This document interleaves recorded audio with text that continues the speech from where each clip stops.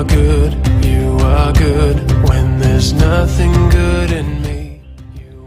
Hi everyone, welcome to Beyond the Blue, where we talk about taking the truth of God's Word we hear each Sunday beyond the blue chairs that we sit in, and talk about how to live them out in our lives from day to day. My name is Marshall. I'm the worship pastor here at Reno Christian Fellowship. We're in a teaching series on the Apostles' Creed entitled Credo. And this past week we learned about the truth that He will come again to judge the living and the dead. It's not a truth that many of us think about every day, especially those that don't go to church or read the Bible at all. But it's a sobering truth that struck me in a couple of ways.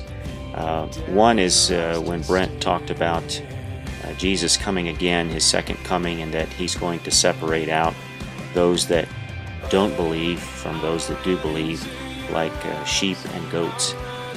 And as I thought about that truth and began to think about my neighbors, many or most of whom don't know the Lord, the sobering reality of that truth just convicted me, I guess. And I need to be thinking about and looking for opportunities both to show the love of Christ and to talk about the love of Christ, but also that there is a judgment day coming. It's not just a sweet Christmas story about a little baby born in a manger, but that He will come again to judge and to rule over the earth, and we that believe will rule with Him.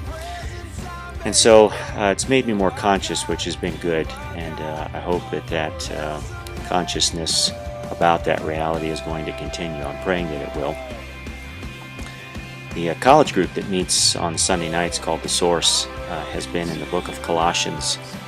And Colossians chapter 3 starts out with setting our minds on things above and setting our heart on things above, not on things of the earth. And as I kind of process this truth about He will come again to judge the living and the dead, this passage really just clicked for me in Colossians, that we're to be setting our minds on things above, things like love, joy, peace, patience, kindness, goodness, gentleness, faithfulness, self-control. We're to be meditating on God's Word throughout the day, and not setting our mind on things of the earth, or just worrying about tomorrow, the next week, always thinking about my dreams, always thinking about what's going on in my life, but rather to be thinking about the Word, thinking about how I can impact others and serve others. And I think this reality that He will come to judge the living and the dead just push that a little further for me, that I need to be setting my mind on these things, that Jesus is coming again, and I don't want to stand before Him and not have Him say, "Well done, good and faithful servant," but I want to find favor with Him, and I want Him to be pleased with all that I've done. And it starts in my mind.